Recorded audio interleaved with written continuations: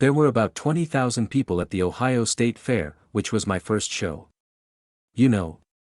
And I was definitely scared. Ricky Nelson was America's sweetheart and made a lot of money, but he couldn't even afford to go to the movies. His dad was in charge of all the money. Ricky asked for pocket money and was told to find change in soda bottles.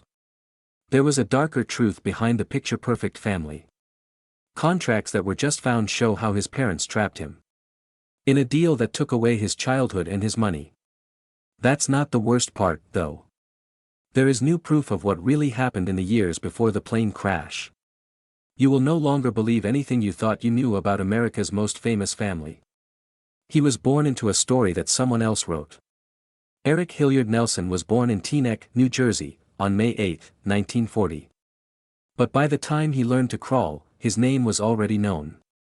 Through mics and sewed into contracts for studios. He had already seen the big band era with his father, Ozzie Nelson, who played the piano and led the band. Harriet Hilliard, Ricky's mother, had sung in theater and smiled through movie reels long before he learned to stand. It wasn't like their fame came and went.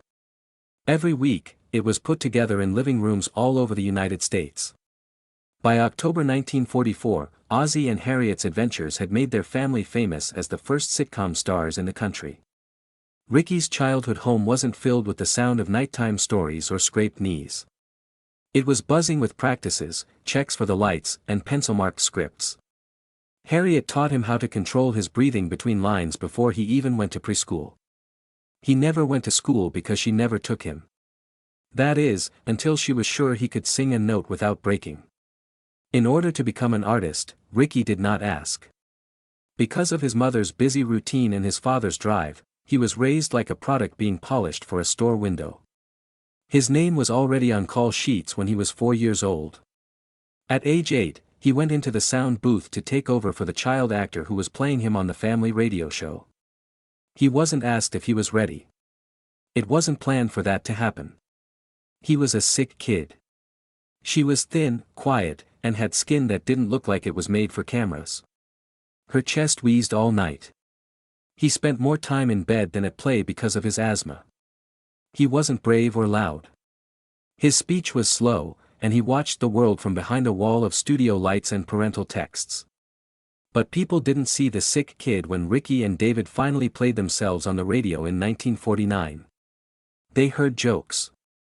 They heard the time. They heard a little boy getting better and better. Even if Ricky was just doing what he was told behind the scenes. After just a few months, 20 million people listened to the show every week. Ricky was 9 years old and making $200 each show. That's about $2,500 now, but he never got any of it. The money was saved by Ozzie. Everything. The amount of money Ricky was given was so small that it barely covered snacks. While other kids exchanged baseball cards, Ricky's dad used his son's fame to buy furniture, real estate, vacations, and investments. Ricky had $500,000 worth of money by the time he was 16, which is more than $5.7 million today, but he couldn't touch any of it. When he was 18, he was taxing 93% of what he made. Just to take a girl to the movies one time, he had to look through soda cans for cash. The family moved to Hollywood in 1952, and the radio show turned into a TV show. The living room in the movie wasn't just a set. It looked like the real one. But for Ricky, moving to TV meant getting even more attention. He was no longer just a voice in the air. He didn't like being a face, a body, or a public person. He had trouble making friends. Couldn't walk by themselves. He wasn't going to be late to set without his dad calling him aside. Without permission, there were no sleepovers, football games, or dances. He would hear Ozzie tell him, "Your family is your world." That was it. Ricky went into hiding. In a real way. He wasn't able to. But on the inside. Backstage, the happy, beautiful boy who was on TV was not always the same boy. He had anxiety and often had to leave shoots to catch his breath. He would freak out before ads. Before scenes, he'd get sick. Ads for Wheaties. Magazine fronts. Teenage hero news stories. He felt like he couldn't take off any of them.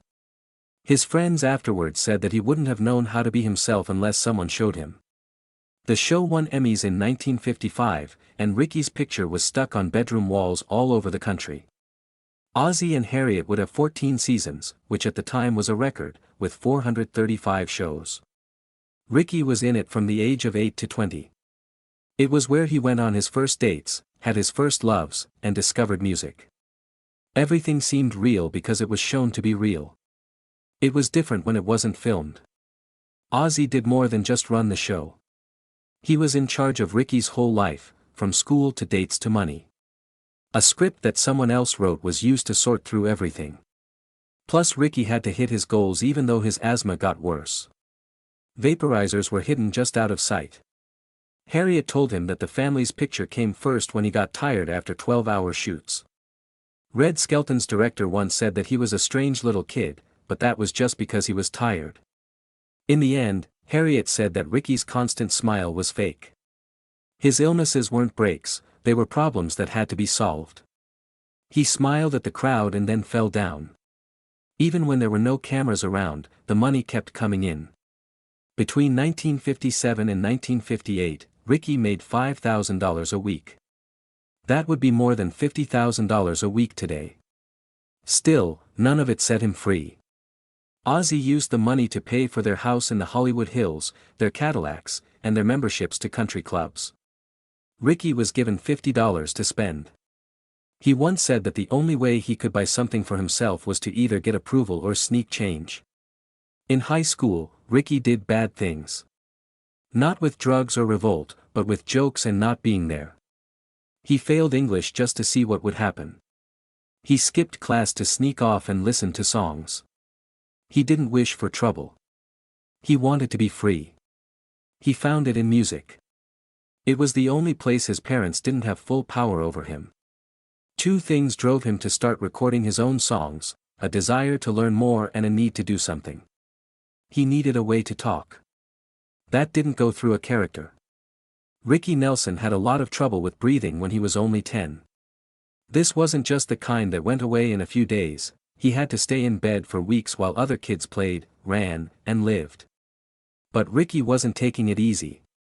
He was learning lines by heart. His dad, Ozzie Nelson, called it getting ready to be great. Ricky missed everything: school, birthday parties, and even the world, but he was ahead on paper.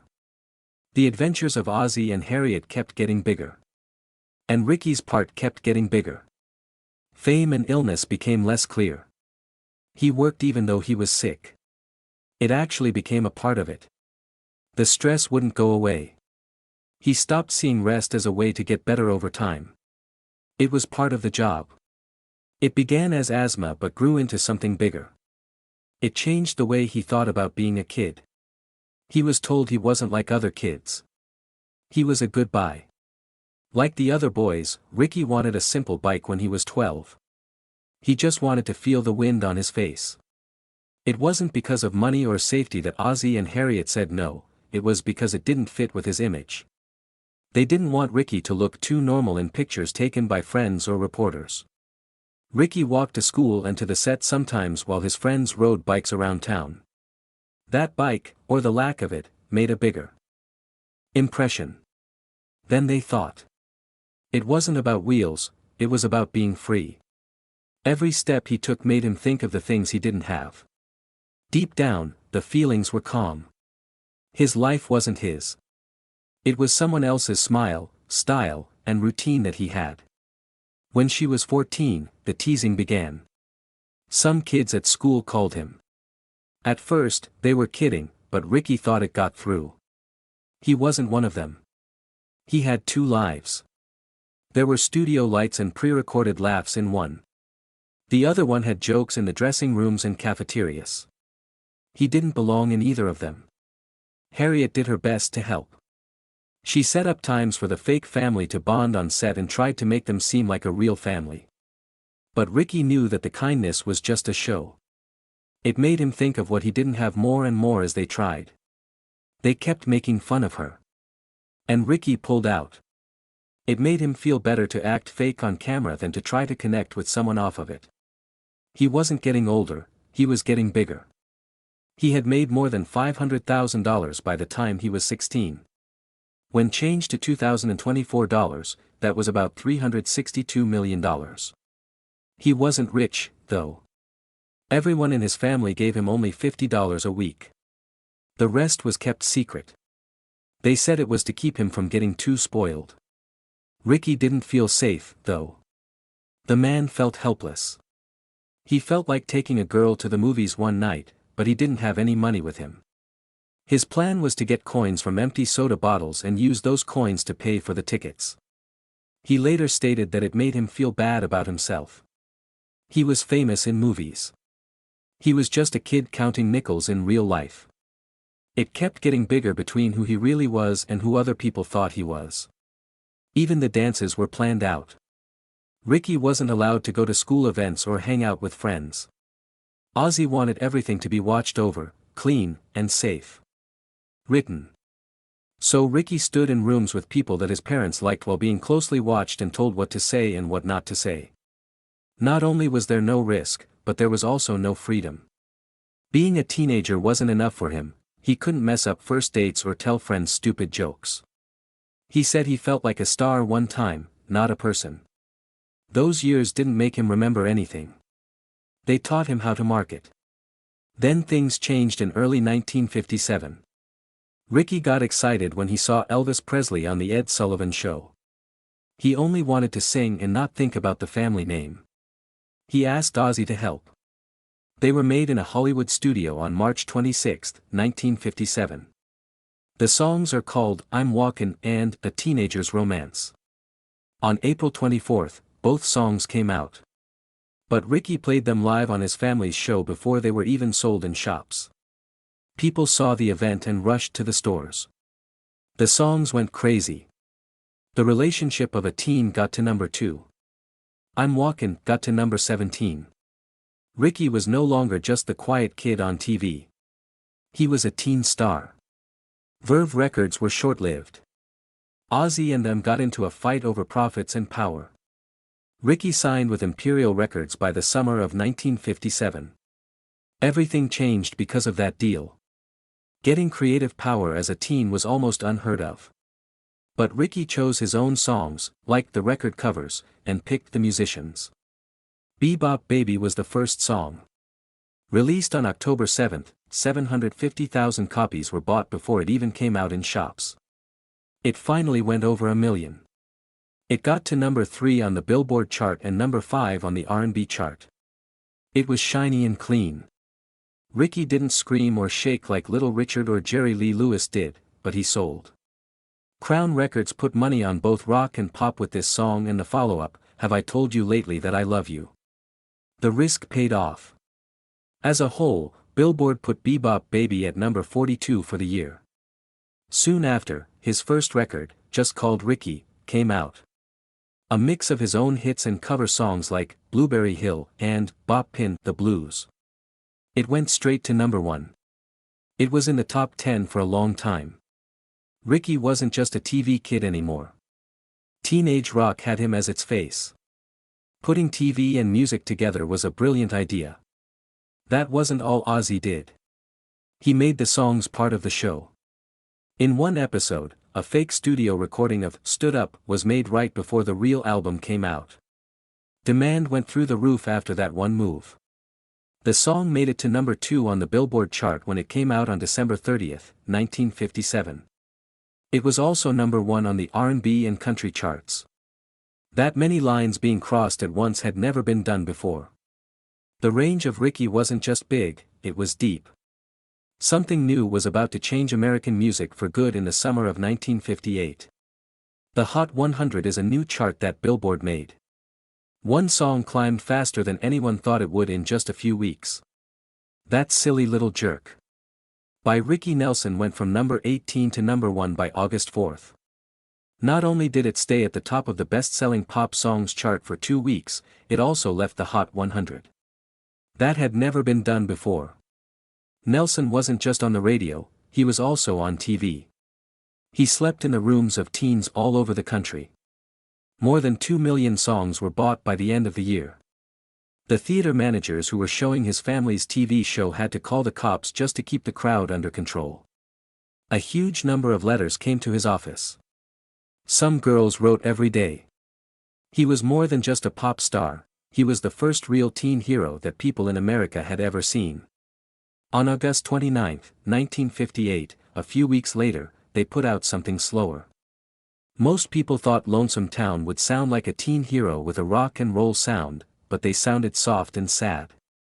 But it did land, like thunder. The song got to number 7 on the Hot 100 and also made it to the R&B lists. In those years, that didn't happen to white artists very often. The Jordanaires sang background singing. They were the same group that sang with Elvis. Some people said it sounded like Love Me Tender, but this one was different. Teenagers, especially those who were sad, said it made them feel seen. Again, a lot of letters came in. The song kept coming up, and it wasn't just on music and the radio. How Ozzie and Harriet got lost, and Ricky played himself. After many years, it came back to life in Pulp Fiction, which drew a new generation into its lonely echo. Then came 1959, a year with so many hits that it was hard to breathe. That year, Ricky Nelson put out 6 songs. All of them made it into the top 40. At its highest point, Believe What You Say was number 4. You got to number 6 on Never Be Anyone Else But You. It's Late became number 9. His music was number 1 on the charts for 55 weeks that year. Elvis was in the army at the time. Ricky got the attention. Going to concerts made him $5,000 a night. His tag didn't want the fire to go out. New records were put out almost every month. Fan clubs took off. There are now over 9,000 official groups around the world. All for a boy who isn't even 20 yet. His music was a mix of fast-paced rock and soft songs. It wasn't just kids who bought. The parents also bought. He had a clean cut. He was okay. He was everywhere. After that, a crazy thing happened. Nelson put on a show in New York in June 1959. There were more than 10,000 girls there. Some people were there for hours. The crowd rushed forward when his set was over. With yelling, pushing, and running, the cops rushed in. It took a lot of force to get him off the stage and into the car. Girls woke up and climbed up and down the sides. Went after it down the street. The next day, the news called it a fight. There was worry in other places. More security was hired for rock shows. Nelson quietly made fewer public appearances after getting his label. Teenage panic turned into a real threat to the public for the first time. It wouldn't be the last time that pop music caused trouble. It got to number 6 that same year with Ricky Sings Again. Before the end of the year, more than 1 million copies were sold. 19 people heard the song, Sweeter Than You. The picture that came with the record made it stand out. Ricky never yelled. He didn't break any guitars. Shirts were ironed, he smiled, and he performed on national TV in front of his parents. That clear picture worked. Parents believed in him. Girls loved him. Record companies began to copy it. They worked hard to make the next safe teen hero. Few people, though, had the quiet confidence that Ricky had. It was like it was part of his skin. In 1961, he put out the song, Travelin' Man, which changed into something else. It was number 1 on May 29 and stayed there for 5 weeks in a row. More than 6 million copies were sold almost right away. It all began with a demo that was found in the trash. Hello Mary Lou, the B-side, got to number 9 in the US and number 2 in the UK. It was on the platinum-selling record Rick is 21. People just couldn't get enough.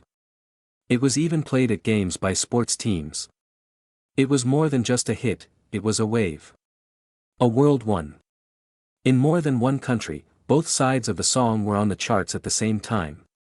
It was a double feat that not many artists have ever done. He went on a tour of Europe the year before. 50 shows in 20 places, 1 million fans. A lot of people packed into places in Germany, the UK, and France. He played twice some nights.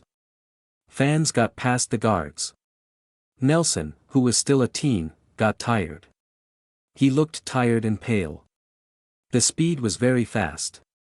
The show was set up by his father, Ozzy, to keep things going. It was clear what the goal was, to take advantage of Ricky's fame before it went away. But the price was already clear on his face. Things got worse in 1962. In 1 year, he put out 10 songs. Even for current stars with digital studios, that number is crazy high. During a promotional tour in Hawaii, he passed out on stage in front of fans. Docs told him to slow down, but the shows kept going. Ozzy wouldn't back out. Fans began to pay attention. He seemed far away. His voice wasn't the same. The energy went down. There was a change. The spotlight kept following him, but the glow started to fade. Decca Records gave Ricky a huge $1 million deal that lasted 20 years in 1963. It was seen as a great idea by everyone. Then the Beatles came along. The sound changed. The style changed. The crowd changed. All of a sudden, Ricky Nelson's shiny look looked old. In 1964, his song, For You, still made it to number 6. It didn't work, though. He tried to get him to listen to folk rock and then country rock. The fire was put out by nothing. The deal that looked like gold at first began to feel like chains. There was no room for Nelson to grow in this world. He kept going. String Along got to number 23 in 1961. His record Rick Nelson in Concert Live, released in 1964, showed a new sound. His band changed over time. He got some serious artists to play. One of them, James Burton, shot to fame. The band did a lot of duets and country rock sounds. It was no longer teen dance. The future was made by something else. It was in the early 1970s that Randy Meisner played in Ricky's Stone Canyon Band. He later helped form the Eagles. Jackson Browne and Linda Ronstadt both got their ideas from the same kinds of music. The name for it was the California Sound. Ricky helped put it together. His first movie, Here Come the Nelsons, came out in 1952, when he was only 12 years old. It wasn't just a show, the whole family went. It was shot at General Service Studios and was a natural continuation of Ozzy and Harriet's adventures. It also gave Americans a cute look into the Nelson family's real life. With a small budget and a simple story about life in the suburbs. The movie played on American ideals after World War II and became a family favorite very quickly.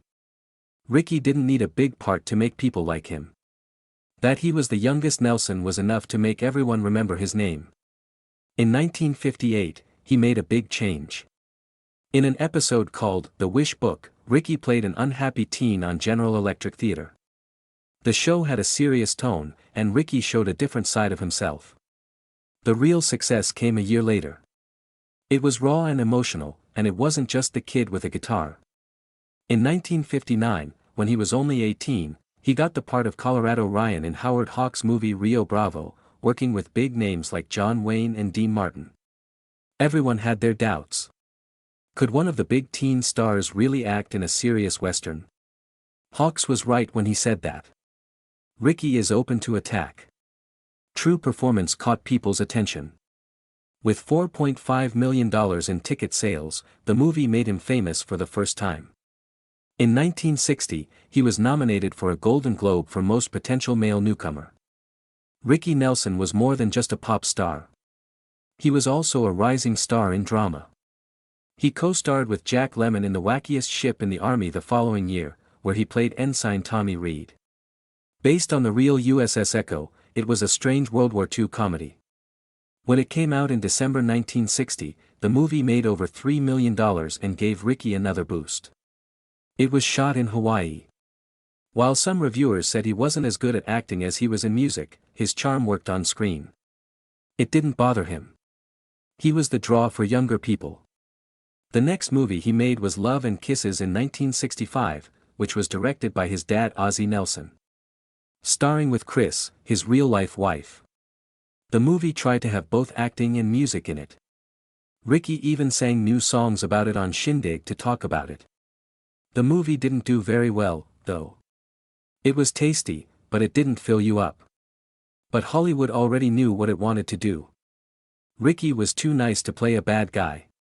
The producers liked how clean-cut, innocent, and safe he was. Besides music, he only got 5 movie parts, and every time he tried to get into more dangerous roles, he was turned down.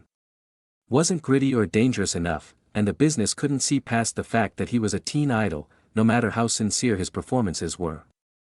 As the 1960s went on, with their anti-heroes and honest stories, Ricky stayed on the edges. He never had the big chance he earned. The movie parts went away in the 1970s. In 1978's 3 on a Date, he played a guide on a trip to Hawaii in a TV movie. Then he played Principal Pete Kinney on High School USA in 1983. The beauty was still there, but the speed had been taken away. The point of these jobs wasn't really to make a comeback, but to keep him in the public eye. There were already changes in his music. Ricky started the Stone Canyon Band in 1969. It wasn't just another group, it was a change. In the early days of country rock, he got into it with Randy Meisner, Tom Brumley, Alan Kemp, and Patrick Shanahan. Lightning in a Bottle was their live album called In Concert at the Troubadour, 1969. One of their songs, She Belongs to Me, by Bob Dylan, made it to number 3 on the charts. It was Ricky's biggest hit in years. It wasn't regret, it was a new start. His new fame didn't help him. He was making a new way, which bands like the Eagles and Poco could follow. He was ahead of his time, but fame changes quickly. Rock and Roll Spectacular 7 at Madison Square Garden took place on October 15, 1971. Ricky wore bell-bottoms and a purple silk shirt to the show. He had long hair. His music was different. He started with Country Honk, a country take on Honky Tonk Women by the Rolling Stones. A lot of people booed. They were after the poor fool. They wanted Ricky from the 1950s.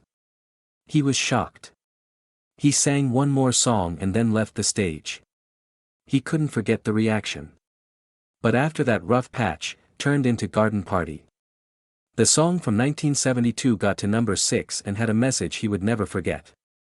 You have to make yourself happy because you can't make everyone else happy. The business had moved on, even though the moment was a success. Rick Sings Nelson, his record from 1970, was lost when Decca went out of business. Playing to Win came out in 1981 on Capitol, but disco was all the rage at the time, so his forward-thinking sound was ignored. 2 records, both of which failed because the labels were unstable and the releases happened at bad times. Everyone wasn't paying attention to Ricky as he tried to stay ahead. Television turned into a backup. In 1972, he was in McLeod and sang in Garden Party. In 1978, he was in The Love Boat. Even though these small shows made him known, the music business had already shut the door on him. Not a song of his made it to the top 40 after 1972. His work became more about the past. People remember him and watch old shows about him. Things were just as rough off stage. The couple got married on April 20, 1963, after she got pregnant. Tracy, Gunnar, Matthew, and Sam were their 4 kids. But there were problems in the marriage. By 1975, traveling all the time and Kristen's spending had caused a lot of trouble. They went to court and said the other was addicted to drugs. After almost 20 years of fighting, the divorce was finalized in 1982. Ricky lost custody, had to pay over $1 million in court fees, and had to pay $4,000 a month in child support. It was broken up. His family was once seen as the American standard. Then there was another blow. In February 1981, Eric Jude Crew was born to a woman named Georgian Crew, who said Ricky was the father. The two of them met at a Playboy vacation. A blood test proved that Ricky was the father, but he denied having anything to do with it other than giving $400 a month. When Ricky died, he left everything to his 4 children with Kristen. After he died, George pushed for Eric to be included in the will. Eric wasn't there. The judges agreed with the will. It was proven that he was Ricky's son, but in legacy, he was removed. Ricky found peace in Helen Blair in his last years. In 1980, they met. She became his partner on the road and in life very quickly. She was a model and trained unusual animals. She made things more orderly. These two were not married. But they could not be separated. Ricky's folks didn't like it. He thought about getting married, but never did. Ricky and Helen got on a plane in Texas on December 31, 1985. There were already signs that the heater wasn't working right, but no one stopped the trip. The fire spread in the air. The crash killed Ricky, Helen, and 5 other people. The pilots got away. He was only 45 years old when he died. What happened next? It hurt even more. Harriet Rickey, Ricky's mother, wouldn't let Helen be buried with him. At the funeral, she wasn't even talked about. Helen's family sued for $2 million thinking someone killed her, but the case was dropped after a small settlement. Then there was the farm drama. From 2011 to 2020, cases found $12.7 million in unpaid royalties buried in old contracts with Sony and Capitol. Even those closest to him were shocked by what they found. For years, Ricky had been having trouble with money and the law, but money had been sitting there unnoticed.